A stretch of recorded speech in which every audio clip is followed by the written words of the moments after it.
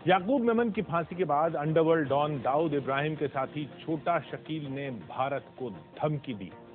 ABP news संवाददाता शीला रावल ने जब छोटा शकील से बात की तो उसने धमकी देते हुए कहा कि दुनिया में हर एक्शन का रिएक्शन होता है। आपने अखबार में कुछ बोल दिया कि याकूब की फांसी के गंभीर परिणाम आएंगे, तो थोड़ी हलचल हो गई है। जब इंसाफ नहीं करोगे तो इसी तरह की बातें होंगी। आपने कहा कि याकूब की फांसी के परिणाम भुगतने पड़ेंगे, उसका मतलब क्या होता है? पूरी दुनिया आप लोगों को देख रही है कि आप लोगों ने किस तरह का इंसाफ किया हुआ है, किस तरह एक बेगुनाह को आप लोगों ने फांसी पे चढ़ा दिया है। जब तक आप लोग सही इंसाफ नहीं करोगे तो वो इसी तरह की बातें होंगी और इसी तरह का एक्शन लिया जाएगा। किस तरह का एक्शन? जो होता है बाबरी मस्जिद के बाद जो एक्शन हुआ है, लोगों ने लिया है, और भी ऐसे कई चीजें होती है दुनिया के अंदर। एक्शन का रिएक्शन होता है। एक्शन का आप रिएक्शन देखते नहीं हो, आप मीडिया वालों हमसे ज्यादा जानते हो आप लोग। आपने कहा टॉफी नहीं और भी लोग हैं, और भी लोग, एक बात सुने, और भी लोग हैं जी, हमारे अलावा और भी लोग हैं, जैसे कि बहुत से लोग हैं ऐसे। और छोटा शकील ने खुलासा किया कि अब दाऊद वापस आने की कोशिश कभी नहीं करेगा। छोटा शकील ने एबीपी न्यूज संवाददाता शीला रावल से बात की और कहा कि अगर दाऊद भी भारत वापस आता तो उसके साथ भी वही सलूक किया जाता। जब आप इंसाफ की बात करते हैं, उसका मतलब ये भी होता है ना कि कहीं ना कहीं ये उम्मीद है कि अगर आप में से कोई भी भारत लौटता है तो क्या उनके साथ भी ऐसा होगा? तो आपको लगता है कि ये फांसी के बाद वो उम्मीद अब नाउम्मीद हो गई है? बिल्कुल नाउम्मीद हो गई है शीला। आप ये बताएं, 93 के बाद राम जेठमलानी साहब से लंदन में मुलाकात हुई, बात हुई, भाई की बात हुई, मेरी बात हुई।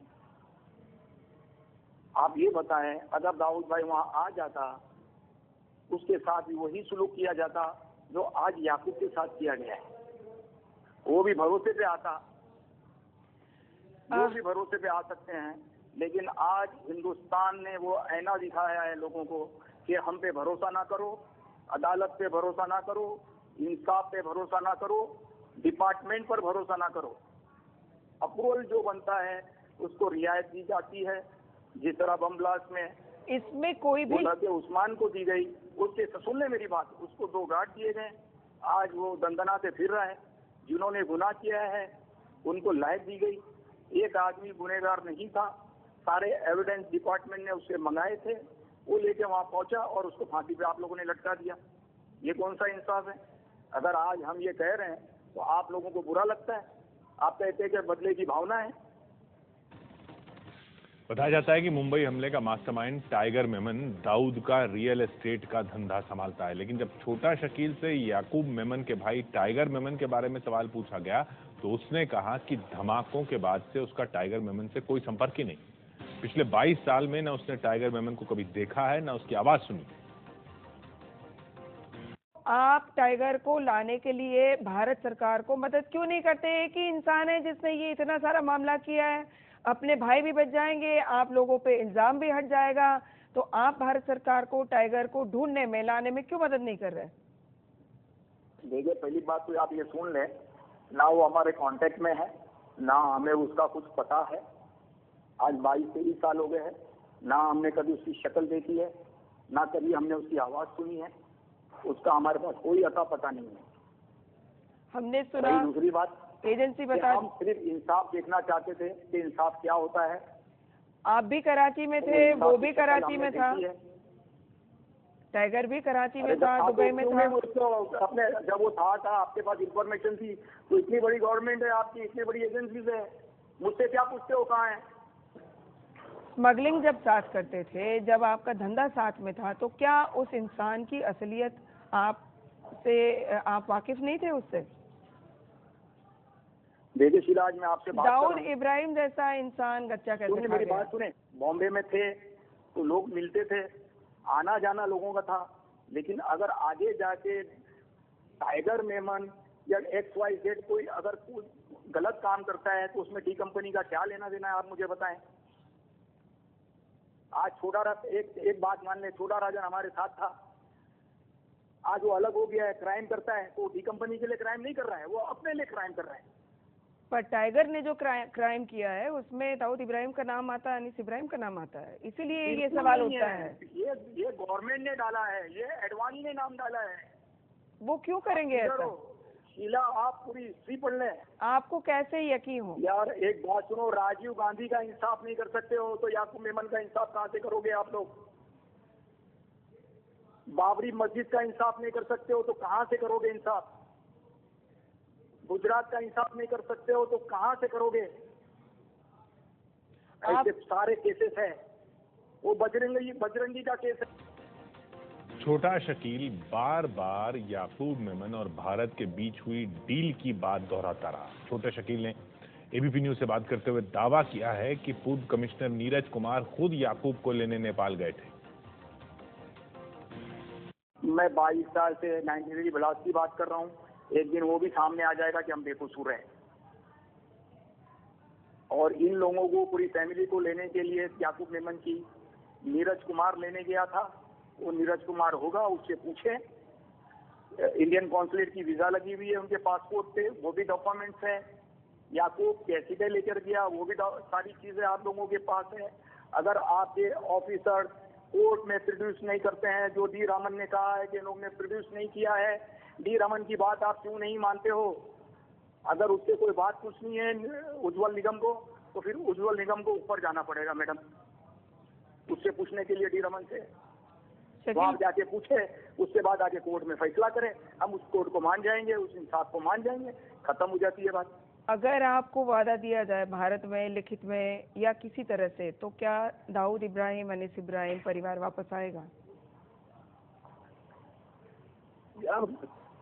आप किस किस्म की शीला बात कर रही हैं? मैंने यही कहा था कि ये चॉकलेट दे रहे हो आप लोग। चॉकलेट का कल जो नाम लिया था ना, इसी वजह से लिया था मैंने। ये चॉकलेट बेचारा याकूब मेमन खा गया, डी कंपनी नहीं खाएगी। तो छोटा शकील से बातचीत के दौरान गुल्लू नाम के एक शख्स का भी जिक्र है। गुल्लू ने 1993 में धमाके से एक हफ्ता पहले माहिम पुलिस स्टेशन में जाकर बताया था कि कुछ लोग मुंबई में धमाके की साजिश रच रहे हैं। अब छोटा शकील सवाल उठा रहा है कि उस वक्त पुलिस ने गुल्लू के बयान के आधार पर कोई कार्रवाई क्यों नहीं की। शकील भाई, दाऊद इब्राहिम ने इंडिया टुडे के इंटरव्यू में बिल्कुल कहा था कि मेरे यहाँ मीटिंग होती थी। अगर ऐसी मीटिंग होती थी कि मुंबई में कम्युनल राइट्स हो गए हैं, ऐसी सारी मीटिंग होती थी, वहीं कहीं किसी मीटिंग में शामिल होने वाले एक शख्स ने पुलिस को बताया, ब्लास्ट के पहले बताया था, बहुत सारी मीटिंग हुई थी, उसी मीटिंग में शामिल हुए शख्स ने बताया कि भाई सारी जो कॉन्स्पिरेसी हुई है वो ऐसी किसी मीटिंग में हुई है। एक बात सुने, सबसे पहली बात तो ये बात गलत है। दूसरी बात ये है कि एक हफ्ता पहले माहिम पुलिस स्टेशन में मुन्ना नाम का लड़का पकड़ा जाता है, वो सारा केस ओपन करता है। उस पुलिस वाले को भी फांसी लाके दो जिसके सामने स्टेटमेंट दिया है। वो देशद्रोही नहीं है? उसने क्यों उसका स्टेटमेंट नहीं सुना? उस वक्त उसने क्यों स्टेप नहीं लिया? उस वक्त क्यों वो एक्शन नहीं लिया? माहिम पुलिस स्टेशन में बैठकर कितनी दूरी पे था टाइगर मेमन का घर? एक आदमी साफ उसके खुल के बता रहा है, उसको आप नहीं पकड़ते हो। वो ऑफिसर खुद सुनता है। कहाँ हो आप लोग? वो लड़का मुन्ना या गुल्लू नाम का कोई लड़का है, वो पकड़ा गया था एक हफ्ता पहले। उसी ने तो कहा है कि मीटिंग दाऊद इब्राहिम के यहाँ हुई थी। उसको फांसी दो। वो देखे, वो झूठा है। वो कोई मीटिंग नहीं हुई है, किसी भी किस्म की मीटिंग नहीं हुई है। उसी का बयान है। अरे भाई, उसको लाओ ना, सामने लाओ। सपोज पुलिस वाले को भी लाओ, उसको भी फांसी दो। अगर वो पुलिस वाला उस दिन मान जाता, एक्शन लेता, तो 93 ब्लास्ट नहीं होते। हुए कैसे?